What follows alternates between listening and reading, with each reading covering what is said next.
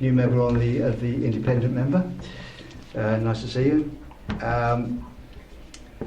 Now, I first of all have to read the emergency evacuation. Chairman, could you introduce him to the rest of us, please? I beg your pardon, Mr. Peter Scott. Mr. Chairman. Would everybody like to? Yes, I think it might be an idea to introduce everyone. There are a few new members, so that's a good idea. Let's start with John in the middle. Well, this makes it more complicated, but nevertheless, John Mason, I'm substituting for Councillor Cassar. Mrs. Cassar. That's okay. We're happy to go home about that. Yeah, quite. Christine Mason, I'm substituting tonight for my son, Elliot, Councillor Elliot Mason. Thank you. And Peter Scott, as you've already said. Thank you. I'm Paul Beckers, Rochford 100. Chris Stanley, Parish Council. Councillor Robin Dray, Vice Chairman of Standards. I'm Councillor David Merrick, I'm Chairman of Standards. Michelle Power, Committee Administrator. John Bostock, Assistant Director, Democratic Services. Councillor Julie Goodin. Councillor Daniel Lefty. Independent Member Stan Shadwell. Councillor Mike Steptoe, also Deputy Leader, and I'm substituting for myself. I'm Linda Walker, the last independent member. No, person. We're not members anymore. Right, thank you, members. All right, in that case, secondly, I'm just going to read out the emergency evacuation announcement. Should we be required to evacuate the building, would you please leave the room by the door to the fire escape staircase. Please hold both handrails in case the stairs are wet or slippery. If anyone is unable to use the stairs, would they please allow others to exit the room before they go to the fire escape door, where they can then be given assistance. Our assembly point will be in the public car park at the side of the Civic Suite.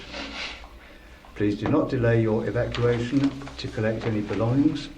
Please do not return to the building until given permission to do so by council staff. Can I also remind all members, if they haven't already done so, to turn off or mute their mobile phones, and may I remind everyone that this meeting will be recorded. We start with agenda item 1, apologies for absence, and I have in the office Councillor Elliot Mason, Councillor Mrs Irene Cassar. Any other apologies? No.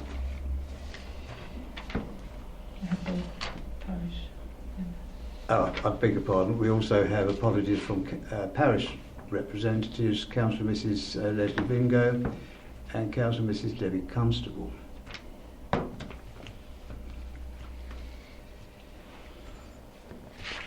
Item 2, non-members attending. Councillor Julie Goodin. Good, thank you. The minutes of the meeting held on the 14th of April 2016. Are you happy for me to sign those as a record? Agreed. Thank you.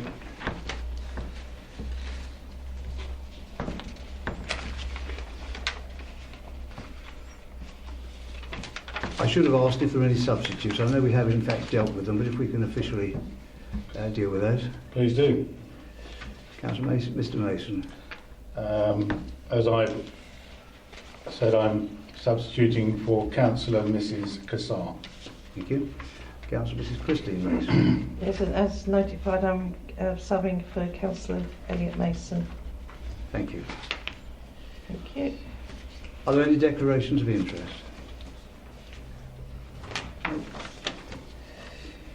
In that case, we move to item 5, local investigations and determinations, annual summary. I don't think there's anything we particularly want to present on that. Is it on? No, Chairman, it's an annual report and it's for receiving and noting by the committee. Thank you. Any points anybody wants to raise? Can I just make a comment, Chairman? I just think it's reflects very well on this council and the parish councils within the Rochester District Council that actually there have only been 5 complaints made in the last 12 months. I think that just reflects very well on the integrity of everybody in the service. Thank you for that.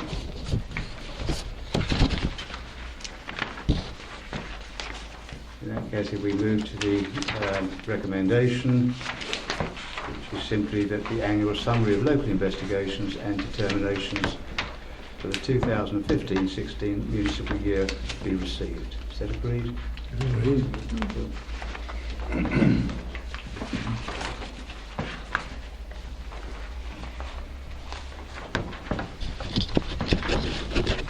Item 6. Receive a report from the Assistant Director, Democratic Services relating to member learning and development. Would you like to present that? Thank you, Chairman. Members, this brings back to the information requested at the committee's last meeting. I'll bring out some key aspects of the report that are reflected in the recommendations. In a sense, the recommendations are independent of each other, and the report is in 4 parts. Just to give a flavour prior to detailed consideration, officers were asked to look at the viability of reducing the number of mandatory planning training sessions from 4 to 3 each year. Currently, there are 4 mandatory training sessions each municipal year. If it was decided to reduce to 3, it could be practicable to remove the February session, as by that time members of the committee would have received a good grounding in planning matters. The reduction from 4 to 3 per year could have a favourable impact on the officer resource applied to training, in that that's something the committee recognised at the last meeting as a factor. There'd also remain an opportunity for members to have ad hoc training if necessary, and although it's not brought out in the report, the Assistant Director Planning, once appointed, would be able to maintain current policy where newly elected members have a separate session just for themselves by the Assistant Director Planning soon after election onto the council.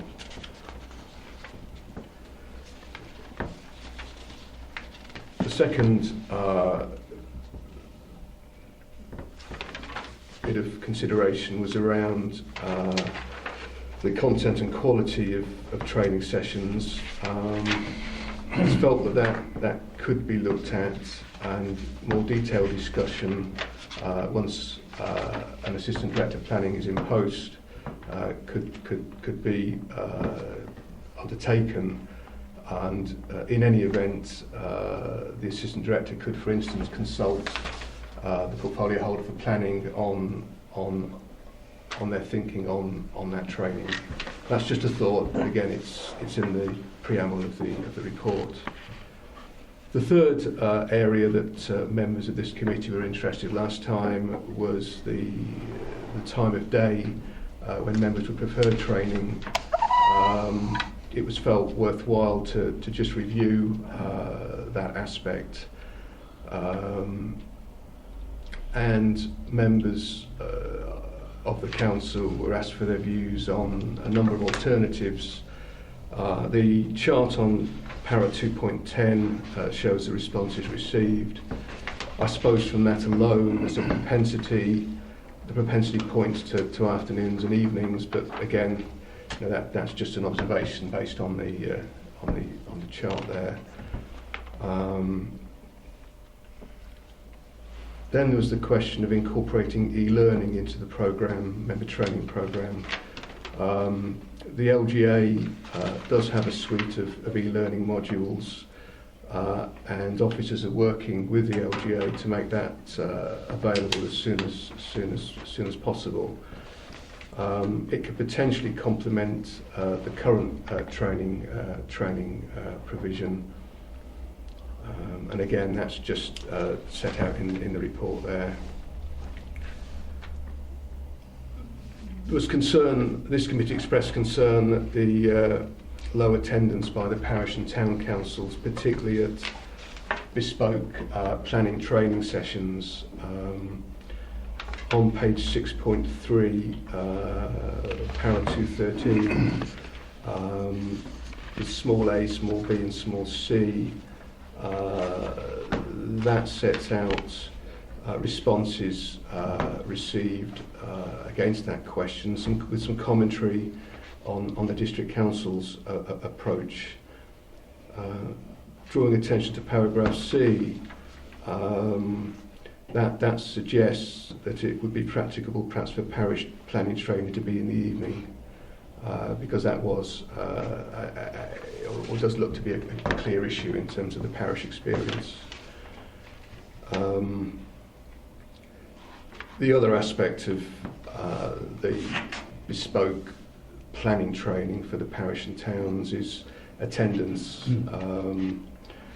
The committee was concerned at the low level of attendance, and it's only a suggestion, but the report indicates that the committee could think in terms of perhaps suggesting that half the parishes stroke town council should be in attendance at the training that's provided.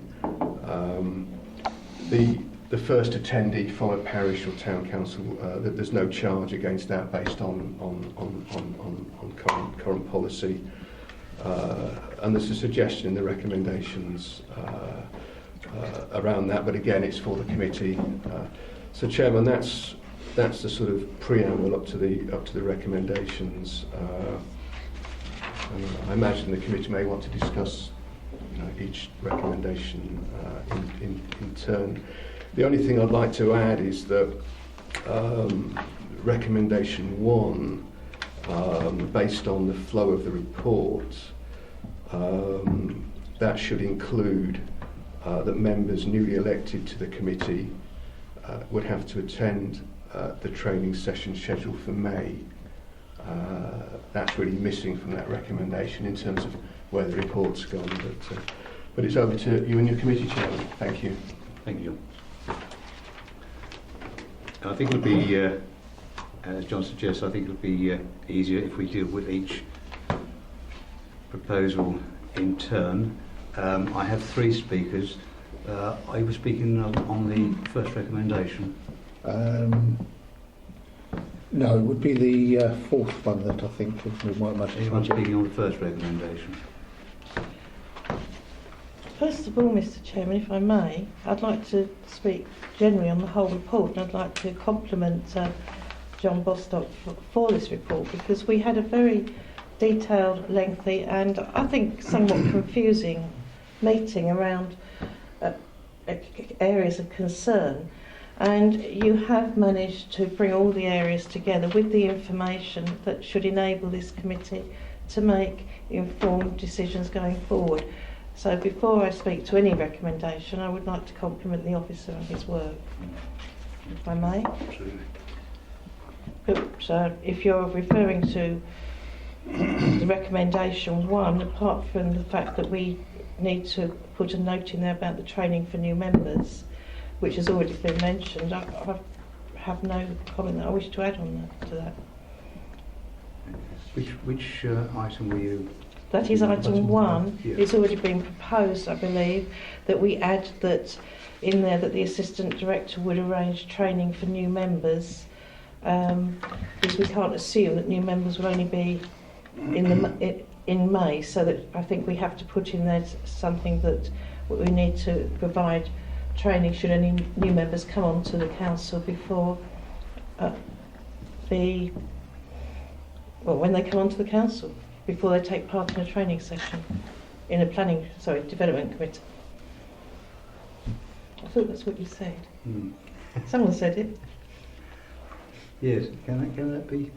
Yes, I mean that's the intent, Chairman. Based on current practice and the earlier part of the report, that does refer to it to an extent. There is currently policy, this committee's policy, if there's a newly elected member who hasn't had experience of the planning committee on this council, they would be required to have some training from the Assistant Director Planning, and it's really seen as mandatory. So you know, that's the additional. I think that applies in any event to any new members. Yes. They have to have the training. But we haven't formalised that, so it may be an idea to add that into the first recommendation, so that there's a total clarity that we do expect members to have some training before they sit on the development committee. But it's subject to that. I've got no comment. I'm quite happy to recommend it with that Are there any views inclusion. on that? Unless anyone else wishes to speak to Do it. you want to speak to it or vote against it or? No, I just want to speak. Yes, Jeff. Oh, okay. We're on this. Yeah, definitely. I'm speaking to, and let's flag it for everyone, mandatory, okay? Because that's what the first few words are. So that's how I connect it to what I'm going to say. Mr. Bostock referred to e-learning, and I can certainly see its place within a learning suite. Could he clarify for me as to whether he feels, and whether at this stage anyway, e-learning could take the place of a mandatory session?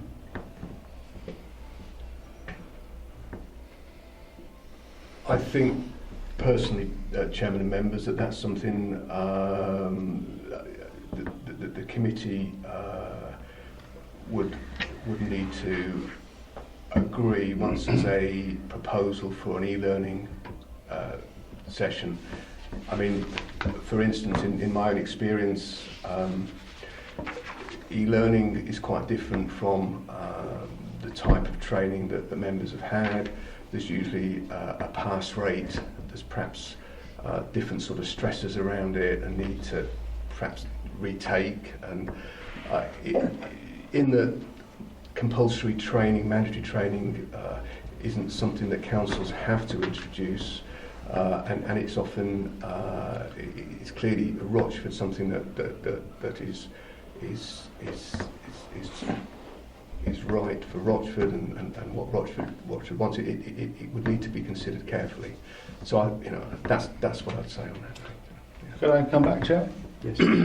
Well, I kind of agree with that, because I didn't think there was a proposal at this point, and I certainly agree that it would need to be looked at carefully, because there are some pitfalls which I've encountered around e-learning and pass rates and all sorts of issues like that. So we'd have to think very carefully. So therefore, what I conclude is that Mr. Bostock is recommending that e-learning is a supplementary for mandatory training in planning. No? No. So I don't know what he's recommending. You mentioned e-learning, you see. I want to find out what you really mean. We're just looking into the facility. Yeah. I think in terms of where the council's been before on e-learning, I think the furthest without this committee looking at it, and I'm not just thinking of planning here, and in fact planning might not be the right thing anyway. The Local Government Association, I would see anything that they produce being supplementary to whatever training arrangements this committee's got for the council. So it would be an additional optional, this is also available, because that would be in the context of a good training arena, but not something, if there's e-learning out there and members have got an interest in the subject, then it should be made available to them, but not, this committee would have to consider if it was going to replace what had been the current mandatory training content. That's the... Let me just come back to you. Were you proposing that there be an amendment to the... I've just seen a slight query, Mr. Chairman, if I may. I was going to propose an amendment, but I'm going to actually propose another one, because we have an issue. Pardon? Can we do it one at a time? Well, it links in with item 3. Item 3, you said wherever possible that the current arrangement of afternoon and evening sessions for member training courses be maintained. Now, I don't want to complicate things by taking item 3 out of the recommendations at this point in time, and I know that that is the consensus of the survey that was carried out. What I would say is that for number 1, yes, I was recommending that the current arrangements of 4 mandatory planning sessions be reduced to 3, and to be held in May, September, November, and that the mandatory training requirement starts afresh each municipal year. I have no objection to that. What I wanted to also add is 2 things: that the training for new members, I'm sure Mr Bostock can word that satisfactorily, but also that as it is mandatory, that in this case there must be afternoon and evening offered, because if you're disqualifying people, you must make sure that they have the opportunity to attend.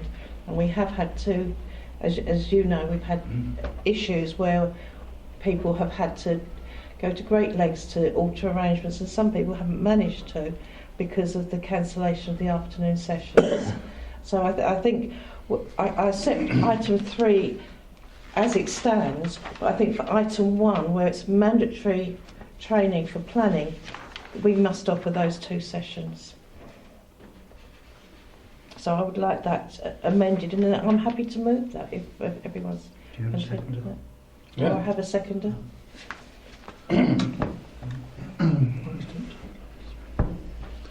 Chairman, yes, a couple of things.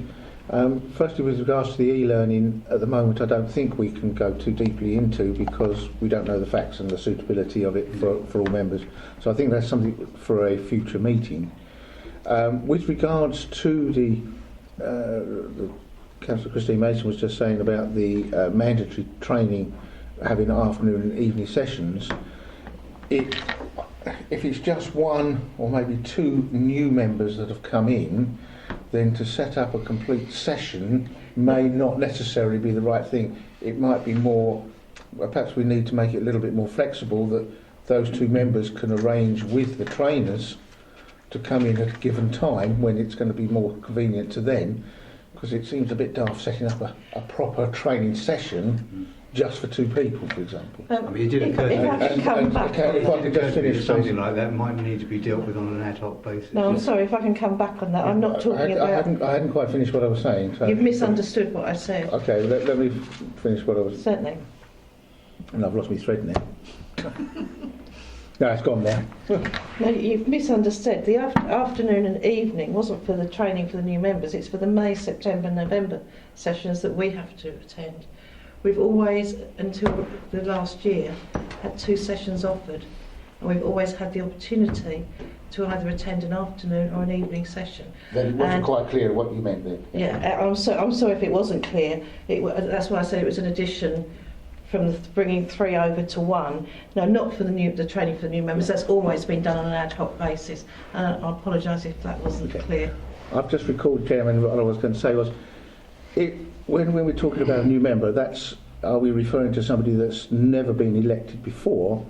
What happens in the case if it's a member that has lost his seat and then been re-elected, but of course has gone through an element of training when he's previously had a seat? How is that treated as a new member again, or how is that treated? Well, I think the difficulty there would be determining how one would apply it, depending on how long that particular member had been out of office. So again, I think one would have to look at it on an ad hoc basis. Right, that's fine. That's okay. That's clear. Does anybody else want to speak to I think your Vice Chairman wants to speak. Thank you, Mr. Chairman. If I can speak on the recommendation number 1, I've heard what's been said. But bearing in mind now that the Development Committee is only made up of 13 members, and any substitutes has to have the training as well, I would like to see personally that the number of planning trainings remain at 4. 2 of which you have to be consecutive training has to be attended in order for members to sit on the Development Committee. If it was reduced to 3, it'd still be 2 out of the 3, but not necessarily consecutive, is my understanding. Personally, I would like them to stay at the 4 as they are now. Okay. I'd like to speak to that particular statement. I think we've all found that it's been very difficult for our officers to actually find resources to deliver 4 training sessions. We've also experienced the fact they've found it, quite difficult to choose subjects that aren't repeated during the year. And I know a lot of members have become quite frustrated with having to attend training that isn't properly tailored to their immediate needs. Very often we'll have a session on something that's emerging and we really don't know what's happening, and then we'll come back to it later in the year to repeat it, or it'll be repeated with the same speculation. My experience is that 3 would be completely sufficient to allow people to function appropriately, whether they're substitutes or members of the development committee, because you've also got to bear in mind that members do have the opportunity to read reports well ahead of development committee. If they're unsure on anything, they can consult with officers or indeed other members. And let's face it, there's also a pretty long briefing that takes place at the meeting itself. So I'm less concerned about that. What I am concerned about was the matter I just raised, and also when it was arbitrarily reduced to a morning, an afternoon or an evening session only. I personally, and I know other members, found that incredibly difficult to actually fit in, particularly if you were a member of Development Committee and there was this issue about consecutive training. So I like the recommendation, which I've already seconded, and it's been clarified to relate to the mandatory training other than those people who are newly elected at any particular time. I also think it should remain at 3 for the reasons I've spoken of. If I may, I think you finished. I was going to say, if I may interrupt you. I think we are talking about, in item 3, is wherever possible, the afternoon and evening sessions. Yes, Chairman, I was clarifying that, because I have seconded a change, an amendment that reflected the fact that it's a not where possible, where we're talking we were talking specifically about planning training, but I would actually make it any mandatory training, because mandatory training now extends beyond planning. So I would be happy to entertain a morning and afternoon session available to all members apart from newly elected members, and whatever time that is, to be made available for mandatory training. Do you want to suggest the wording, amended wording that you want to, that you are proposing? Mr. Chairman, if I could just say to Councillor Mason that I accept what he's saying with the other mandatory sessions, but for licensing, for example, they often get a specialist in, so it wouldn't be possible to have 2 sessions. And I think we need to concentrate on planning in this. Yeah. So the amendment is, as I've proposed, that the current arrangement of 4 mandatory planning training sessions be reduced to 3, to be held in May, September and November each year, and that the mandatory training requirement starts afresh each municipal year, with at least 2 sessions, an afternoon and an evening session, being offered for each training session, and that training for new members will be offered on a mutually agreed basis before they participate in the planning development committee, which I think is what Mr. Bostock suggested right at the beginning. And that's fine. Michelle, would you like to read that back so we all know you're absolutely clear on this? So it's as it is, the first paragraph, afresh each municipal year, with at least 2 sessions, an afternoon and evening session, being offered for each training session, and that training for new members will be offered on a mutually agreed basis before they participate in a development committee. Yes. So that only relates to the development committee training, the planning training. This isn't for... Yeah, because that only refers to planning training in item 1. Yes, Yeah. yes. And I think that's where the ambiguity came. That's why I said I wasn't trying to take item 3 into item 1. No, Just- no, I see where you're coming from. Before we take a vote on that amendment, does anybody else want to speak? No. Okay, all those in favour? All those against? It's passed, thank you.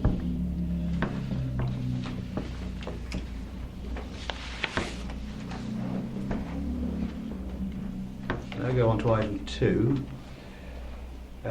That detailed discussion on the delivery of mandatory planning training be held when the new assistant director is in post. The contents of each training session to be discussed and agreed in advance with the portfolio holder for planning. Just to clarify that, I'm advised that that is discussed with the assistant director, so it'll be between the assistant director and the portfolio holder. I'm not sure we need a slight amendment to ensure that's absolutely clear. We can make sure that's clear, Chairman. Yeah.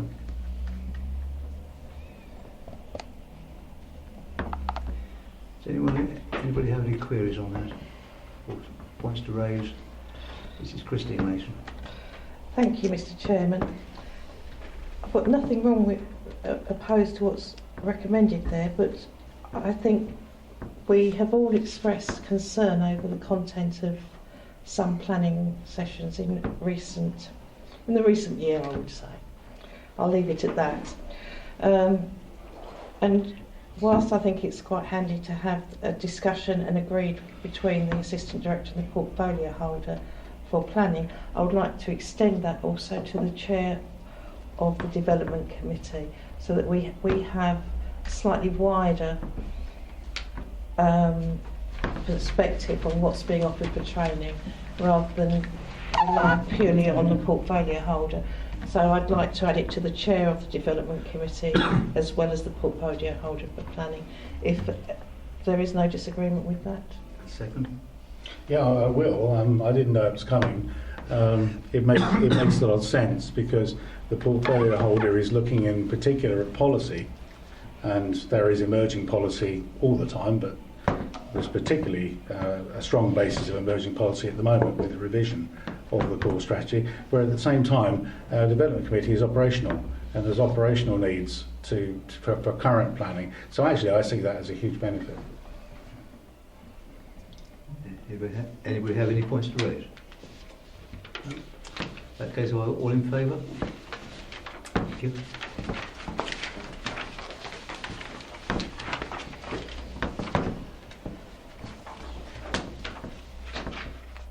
Item 3, on the basis of the outcome of the survey. Well, that would be good.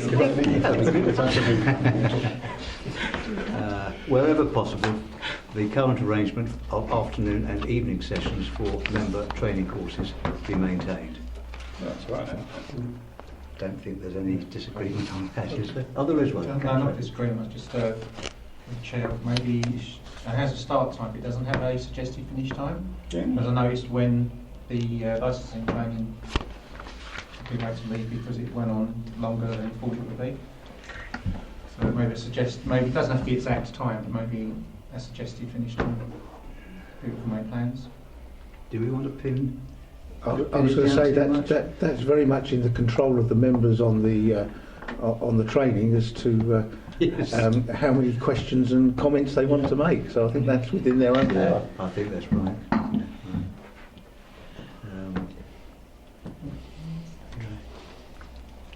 I think that is very much the case.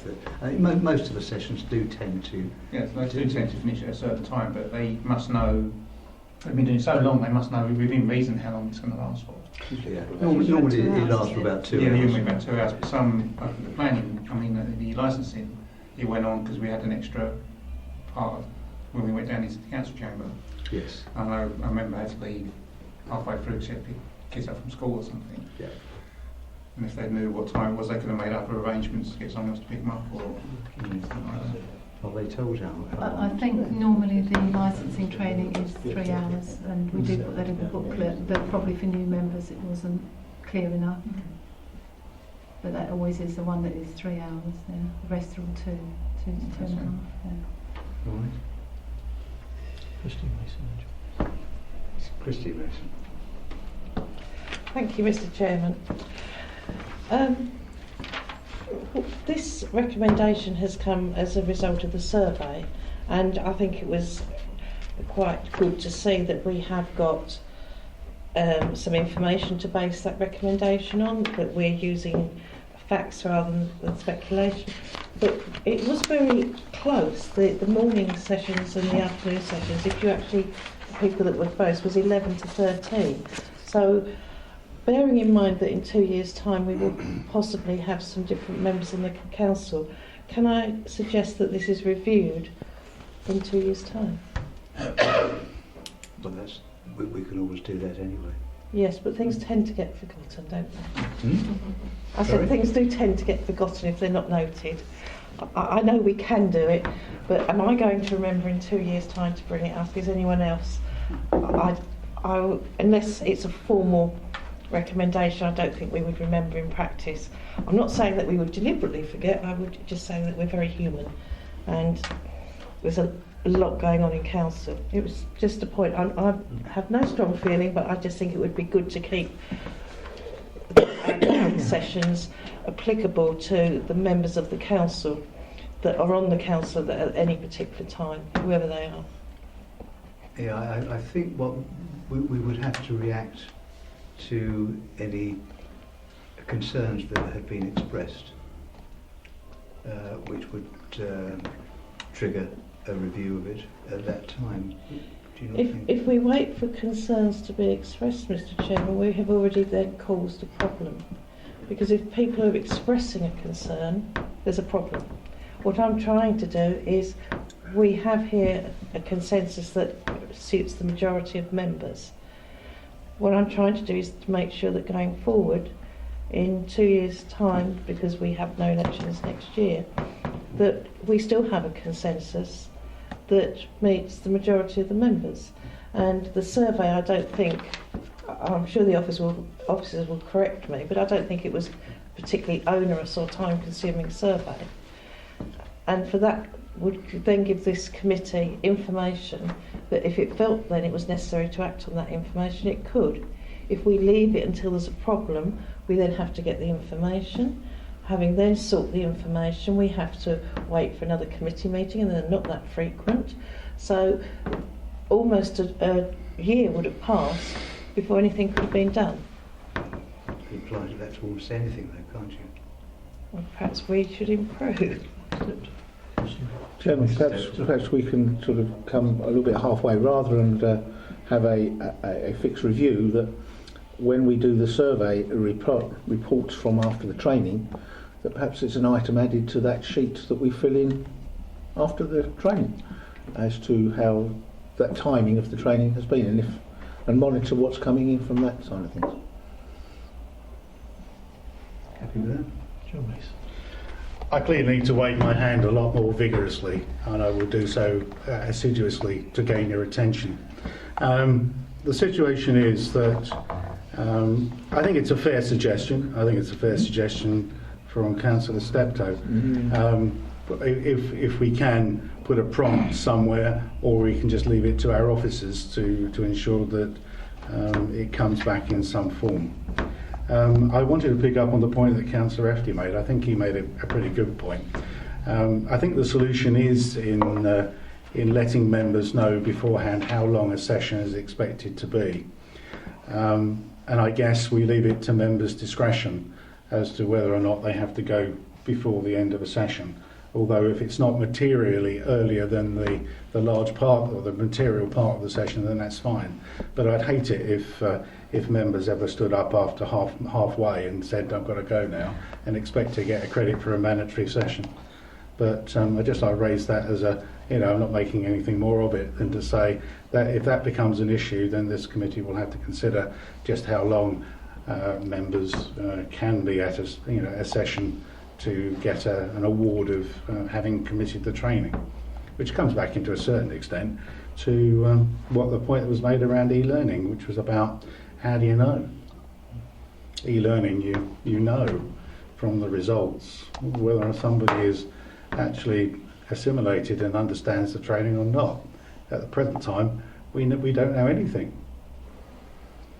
in terms of performance. Anyway, I just introduced that because I don't come here that often, and I thought it would be an appropriate thing to just remind people. So the two issues are, one, the reminder from the officers and on the annual review of training, which is not a bad idea, and to let members know beforehand what the expectation is for the training session that they're going to. Thank you. Thank you, Chair. I've been waiting patiently for a long time. The question I'm going to ask is how your Vice Chairman as well, because we're going to the Rochford 100 on the 21st of this month. I'd like to know from Mr Bostock what percentage of the parishes actually replied to our request at the last Rochford 100 to get in touch with you. If any did, bothered. No. Yeah, we didn't have anything direct. We just had information that came out of the Rochford 100 meeting. No, they asked the individual parishes to direct their replies to John. No, we didn't have anything. You should have had one from Roar, I know that for a fact. I'm surprised. There's something wrong somewhere then, because I know our parish clerk sent a letter to John.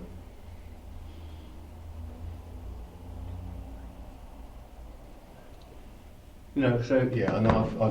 without the response you have been asking for the parishes, it seems.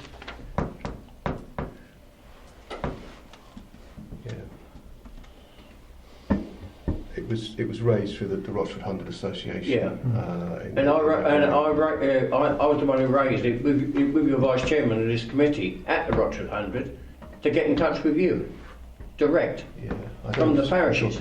Well, I get quite a lot of letters, and I was just trying. I don't recall having had a specific letter on that.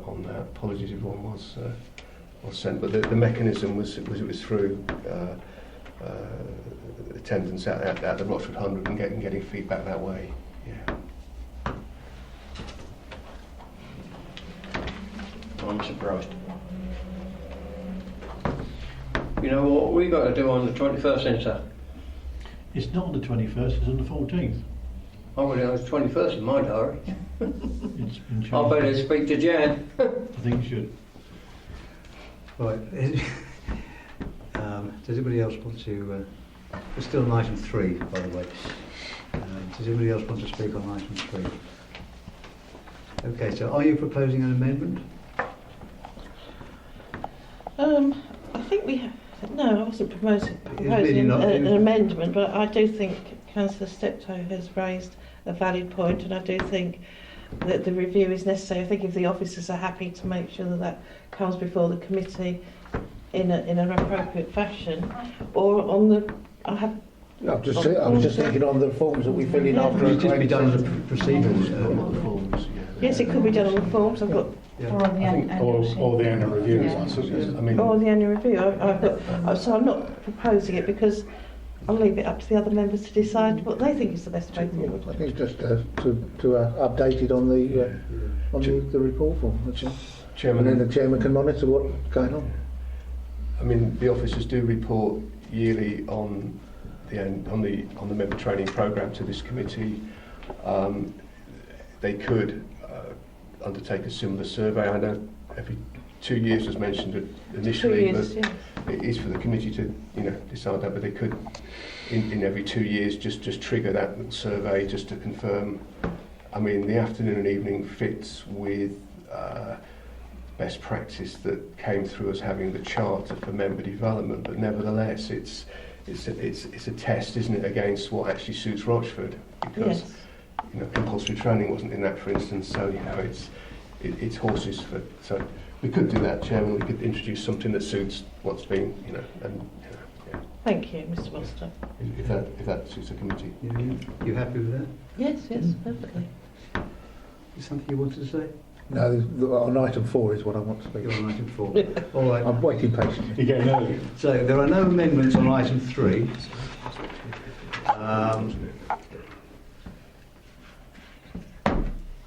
So the recommendation is that on the basis of the outcome of the survey, when possible, the current arrangements of afternoon and evening sessions for member training courses be maintained. Is that agreed?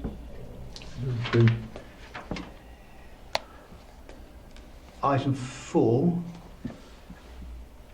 that in future bespoke planning training for parish and town councils be held in the evening and only proceed if at least half, 7 in brackets, of the councils have an attendee. Anybody wish to raise? Yes. Fine. 2 questions really. One is, will the training sessions be specifically for the parish and town councils, or will they be dovetailed onto the members' training? And will, once we've got this opportunity of the e-learning, will that be offered to the parish councils? Chairman, this is traditionally been training just for one-off training just for the parish and town councils each year. The question of the rollout of e-learning, I think, is something that would come back to this committee.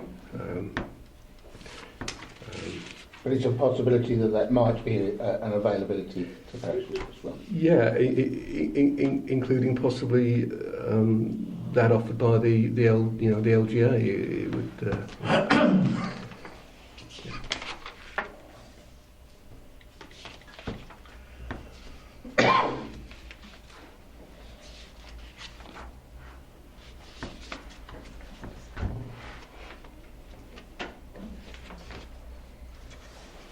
Sorry, Councillor Stanley. That's right. See you around the corner. That's right, no problem.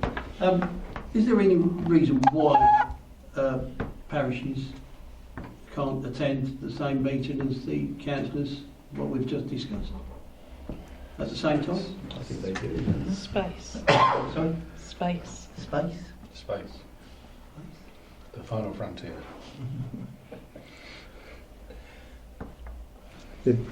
Chairman, just to pick up on that point, yes, in previous occasions, particularly when it was all 39 councillors that were members of the planning committee, and if the majority of parishes turned up at the same time, we couldn't actually all physically fit in the room, and that was the issue. It might well be a different issue now. There's only 13 members of the planning committee, because not all members turn up. Yeah, but substitute members. Substitute members. So it may be something that we perhaps need to have a second think about. I think at the moment the majority of members seem to be attending Well, anyway. yes, Certainly, yes, I know that they are from our group. It's difficult to anticipate Yeah, how it is very many much so. will come, and as Christine says, an awful lot did attend on one meeting, certainly. Yes, John. So I think it would be helpful to the parishes if they do have a bespoke session, because they're not doing the same job as members of the development committee are doing, or indeed members are doing in terms of the policy issues, particularly around the issues of emerging and new local plans. We are, the district councillors have to make decisions on development committees, whereas the parishes are advisory, they're a statutory consultee. So you're talking about a different approach to dealing with planning anyway. And I think it will help the parishes, because to be honest, if I were a parish councillor, faced with, policy sessions on the local plan, I think I would glazed over a lot earlier. It isn't something, unless you're involved in a lot, that's very easy to assimilate. I think you have to assume a certain amount of learning and knowledge before you start, and I think that might be difficult. So I think a bespoke session for parishes deals with the potential space issue and gives them a better shot at what they need to know and what our council think they need to know, because it could just be that our officers and our assistant director could actually help them in carrying out their role as a statutory consultee, and some of the operational issues of getting information to us, and also the extent to which they want to speak at development committee. Thank you. Christine. Thank you, Mr. Chairman. I think I can see, to clarify the point for Councillor Mason and for other councillors that haven't attended the previous meetings and not had the benefit of hearing the discussions, this is about bespoke planning. The issue with the meetings wasn't the fact that they were bespoke, it was the lack of attendance that was the concern. And the bespoke planning has been offered, but there was only 4 attendees, so the cost in officer time, the cost in arrangement and the lack of attendance has led to this recommendation. But it is, and always has been, bespoke parish town planning training. Thank you, Mr. Chairman. Thank you. I should come more often. I'm admonished. Well, not really. You just haven't read the minutes. Thank you, Mr. Chairman. Just one point I'd like to raise is, of course, is that one area that as I'm the representative of the Rochford District Council, one area that the parishes always bring up is the cost of the training. £40 which I think is too much. I accept in respect to the planning training, every parish has one free space. That said, one member of the council of each parish can turn up for no charge. But even so, if they want to, obviously they have to charge for the extra place. That's just for information purposes, Chris. Yes, we only had 4 though, didn't we? Though they had, what is it, 16, 14, 15, 16 free places. I agree that there should be a minimum number for the parish training. Thank you. Yes. I know what you're saying about parishes and what have you, but there are now quite a few new councillors, and those parishes that they look after or are councillors too. And I am one councillor that is in the parish, sitting on the council for the parish, as well as the town council. So I've got 3 hats here, and from what I see at parish level is that there's not so much information coming into the parish when planning is asked of them to consult. And I, for one, will always turn up for my parish. Now, I'm a new councillor, so this is part of my deemed effort to help the parish. And I suspect that will be the same for other councillors who are newly elected. So we may not only get 4, you may get more than 4. And would that, instead of just having one session, could they not have got 3 sessions or whatever it is to enable them to have a broader outlook of what it is?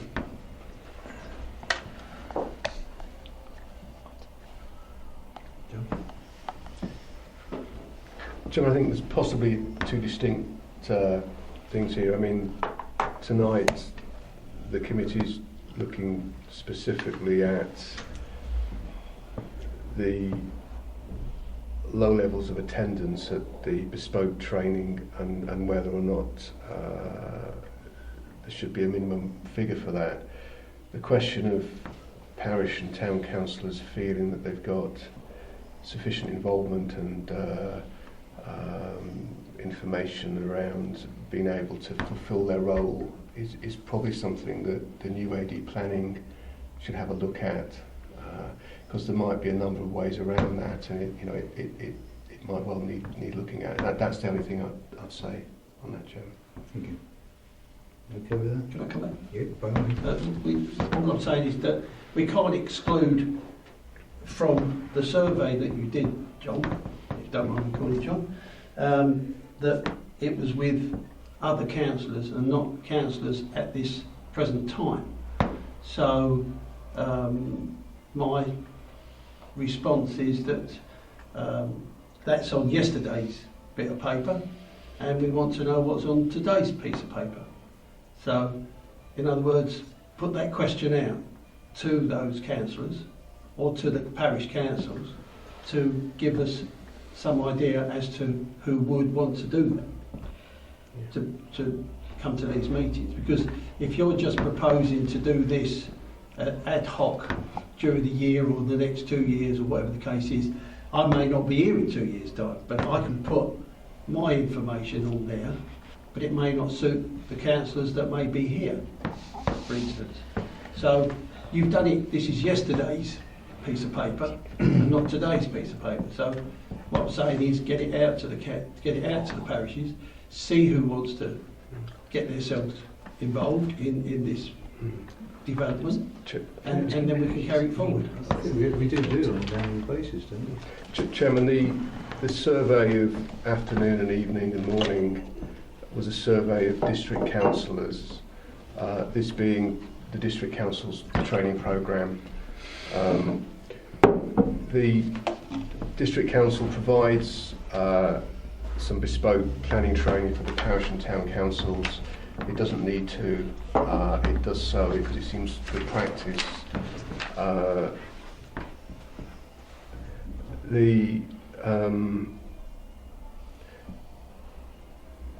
I suspect that it might be of value to find out, and maybe we do this, I'm not sure, but perhaps we should find out from the parish and town councils what they would find useful in that bespoke training. For instance, that might not happen at the moment, and that would go some way to meeting your concerns, I think.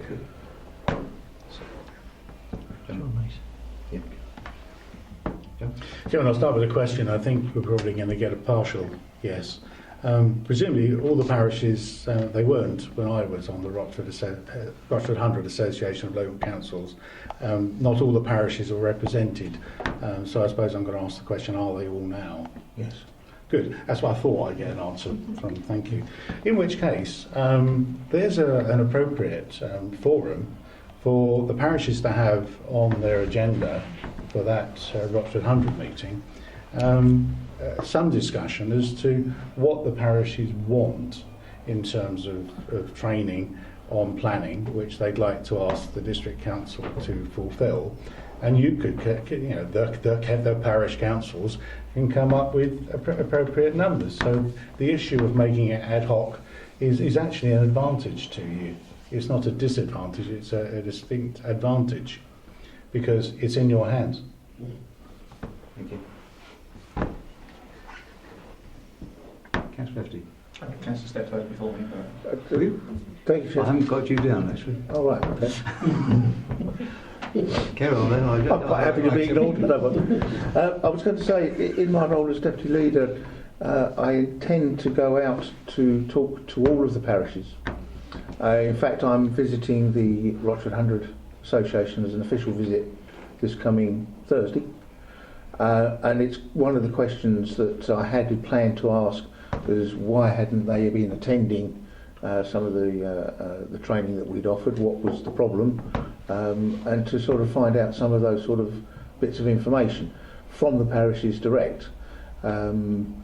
Yes, I think it's perhaps an idea that we perhaps do a survey of the parishes. Maybe that's something we can do, send out a survey form and ask them to fill it in. There are a number of new parish councillors. I'm not sure how many new parish councillors there are since the last election, but I think there's a reasonable number. Perhaps that's something we do need to do.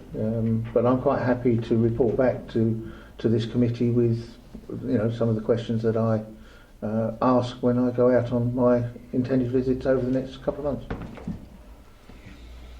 There's 2 points. One, I sit on a parish council, and where it's put to us through the clerk is, there's training. One person can go free, but it's £40 for anybody else, and they don't look at you. They don't want to spend the 40 quid. Also, maybe we can use the e-learning. Maybe put something out there that says this is what it's going to. If you've got an interest in doing the planning, maybe take a little test or what it's actually going to consist of. It might sound more inviting, and maybe they might think it's worth spending the £40 to send a couple of extra people. Because at the moment we get there's planning training at Watchford, and we go, well, what's that? And don't really know. So I get what we get at the meeting when they mention it.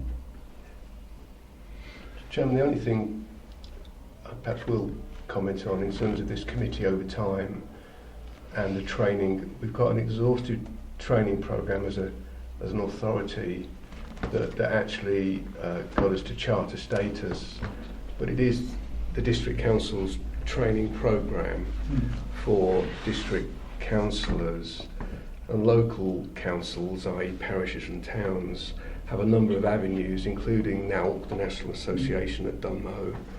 And I hope parish clerks appreciate in their liaison with their parish members that it isn't the district trying to do them out of something, or that most districts don't offer the sort of bespoke training that this council does. And it's just, I get a slight worry that in the telling it's somehow seen in a wrong way. It is right that if we're offering stuff to the parishes and towns, it's pointless, it's been pointless.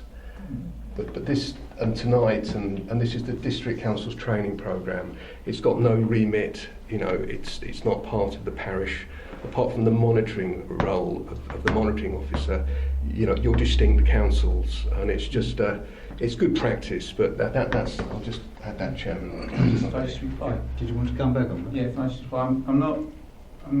all I'm interested is putting people. We've had 7 people turn up. I'm trying to make it more that more people would want to turn up for it. So if they understand what it's about, and says, "Oh, that seems very interesting," and I'll come and bum on the seat, and you're not talking to 6 or 7 people, you maybe talking to 12 or 13, which would give the officer, I'm not wasting my time here, really. It's difficult to strike the balance, really. Yeah. So, okay. Councillor Beckers, then I've got Councillor Steps. Yes. One of the major problems the parishes have had since your new planning department was set up was the arbitrary decision that they would no longer send out hard copies of the documents. Then our poor old clerks sit there and sometimes for an hour and a half trying to open the document. There's something wrong with your system. That half the time we can't open documents, and this is the frustration of a lot of the parishes, that you're not listening to the problems we have. I don't know whose brilliant idea was to tell us you can no longer have hard copies when we've been having hard copies for years. We weren't even told about it till after our budgets were set, and that's a lot of paper for us to fork out for. And you can see where we're coming from. A lot of us parishes are very small parishes. We haven't got vast sums of money. Our planning training budget on our parishes is £100. That's all we can spare. And that's the problem. You're pricing us out of the training. That's a step. I was just going to say that I think John touched on it there, that the parishes do have access to training from other sources. I'm trying to think of the name of the organisation that does it.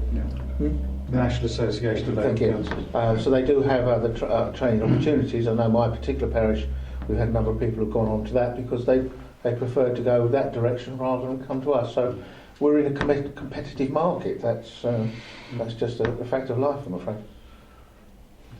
Councillor John Mason. I'm going to defer to Councillor Stanley because I want to be democratic. Thank you, Chairman. Yes, picking up on what Paul said about the amount of money is available and the fact that the councillors don't get any reimbursement on the travel and what have you to go out to Dunbar. And that's the reason why I'd rather come to the council offices to get that information, because it's so much easier for us to come here than it is to go all the way to Dunbar. and that there's possibly very little, well, there is parking there, but you know, it's sort of a bit more difficult to do that. But yes, I do feel that perhaps, I mean, the more, if I was to do it, and which I would do it in any case, I'd got twice the bubble, if you know, two bites of the cherry. So I can do it through RDC as a councillor, and I can also do it as a parish councillor. So that little bit of emphasis on top, the recycle, if you like, pull it back in again, get it in there, so you've got it, you know what you're doing, sort of thing, is a great idea. Okay, thank you. Councillor John. Yes, thank you.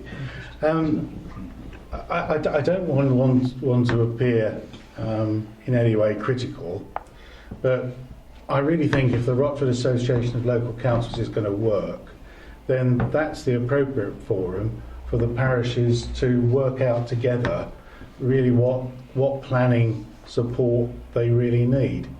And I know for a reasonable fact there are some very experienced councillors on the parishes who know more about planning than I do.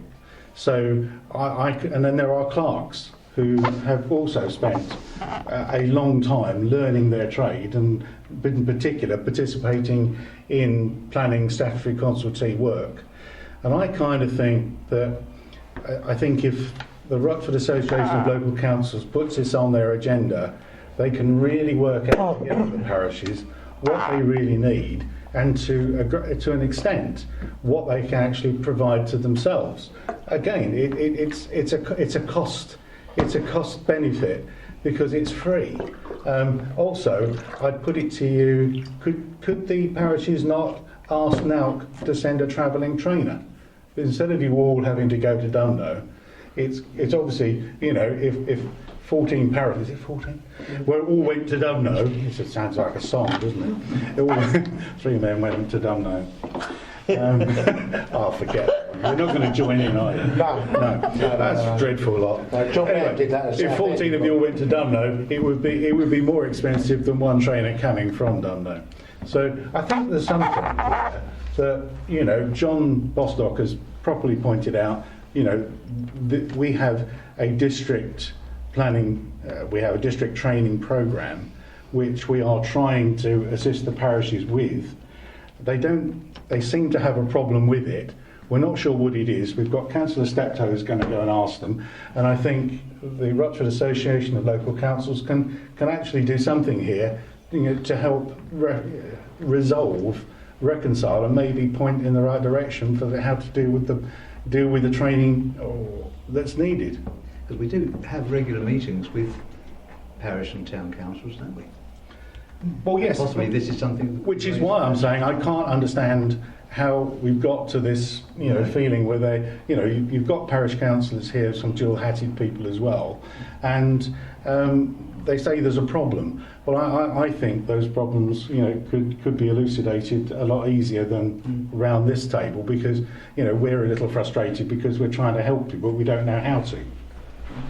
So there's something in help yourself. You know, you've got a great forum for that. I used to be on it as a parish councillor. I was our representative as a district for a little while. It's a very, very useful body. I would feel inclined to use it. I must confess I'm beginning to feel that way, that we're doing our best to offer what we think they want, what we think they want. We may not be getting it absolutely right, and they're coming back to us saying, no, we're not happy with that. So. Councillor Christy Mason. Thank you, Mr. Chairman. I think Councillor Mr. Mason has roughly said what I was going to say, but there's two main issues here. We're talking about recommendation 4. So if we focus on that, the main issue is that we are trying to provide, at our cost, a training session, a bespoke planning training session for parish and town councils. And we have done that for some time, and it has been grossly undersubscribed. It costs us money, it takes up obviously time, and I think the proposal, in as far as it goes, and that we proceeded for only at least 7:30, bearing in mind this is at no cost to the parishes, is a valid one. But the other point that seems to be coming around the floor, and that this is the second issue, which isn't in the motion, is that the suitability of that bespoke training. Correct me if I'm wrong. And I think the consensus here seems to be that the Rochford Association of Local Councils, which you're saying is meeting on the 14th, so it's ideal if you could discuss it then. You've got the deputy leader going around and getting information. If we can have all that information as to what the parishes in the town think is the suitable content, then that's something we can look at our next meeting. At the moment, we're hearing the dissatisfaction, but we're not hearing anything positive back. You're not telling us what you want, you're telling us what you don't want, which is what's being offered. So my suggestion would be that the motion 4 as it stands is fine, because it doesn't affect the content of the training sessions that we're offering, but the content of the training sessions, that perhaps we can have some information and feedback from the deputy leader and the parishes via perhaps the Rochford Association of Local Councils, so that at the next meeting that can be looked at, and perhaps we can satisfy the other half of the training session, if you like, rather than the attendees and the timing of it, but the content of it. And I do think it's an important point that if we are offering something, it is actually something that's wanted. If I can just come in on that. Yes, I think once the information is, particularly with the planning side of things, that whoever becomes the assistant director for planning, to feed that directly into them, and they need to sort of look at the way the training that the parishes want. Speaking for my own parish in particular, sitting around a table here, we've got a number of parish councillors as well as district councillors. We're all pretty committed as councillors, and we put ourselves out to go and find out these things. I can think of a number of parish councillors at my parish are there for the cup of tea rather than anything else. So I think there's a certain amount of that needs to be resolved at the parish level anyway. Thank you, Chairman. Yeah, I'll go along with that, that if we could improve documentation as to, as you say, what is in the content of the meetings and that sort of thing, then that would be great. Unfortunately, this past year we've had several people that have been ill. We've had one death in the parish, and that was on the council. And at the moment, one person is sick at the moment. So our parish is very low on councillors. I'm trying to pick up the corners, bring them all together, bring it together, sort of thing. So this is the reason why I'm here, and that's the reason why I'm speaking tonight. So thank you. If there are no more people wanting to speak, let's proceed with the recommendation that in future bespoke planning training for parish stroke town councils be held in the evening, and only proceed if at least half, 7 in brackets, of the councils have an attendee. Is that agreed? Agreed. Anyone against? No? Good. Thank you. Chairman, you've got the extra just observation that will come out in the minutes that there'll be some consultation through the deputy leader and the parishes to come back to the next committee meeting to try and find something that would suit the parishes. Thank you. Well, that being the last item, I close the meeting at 8:45. Thank you all for coming.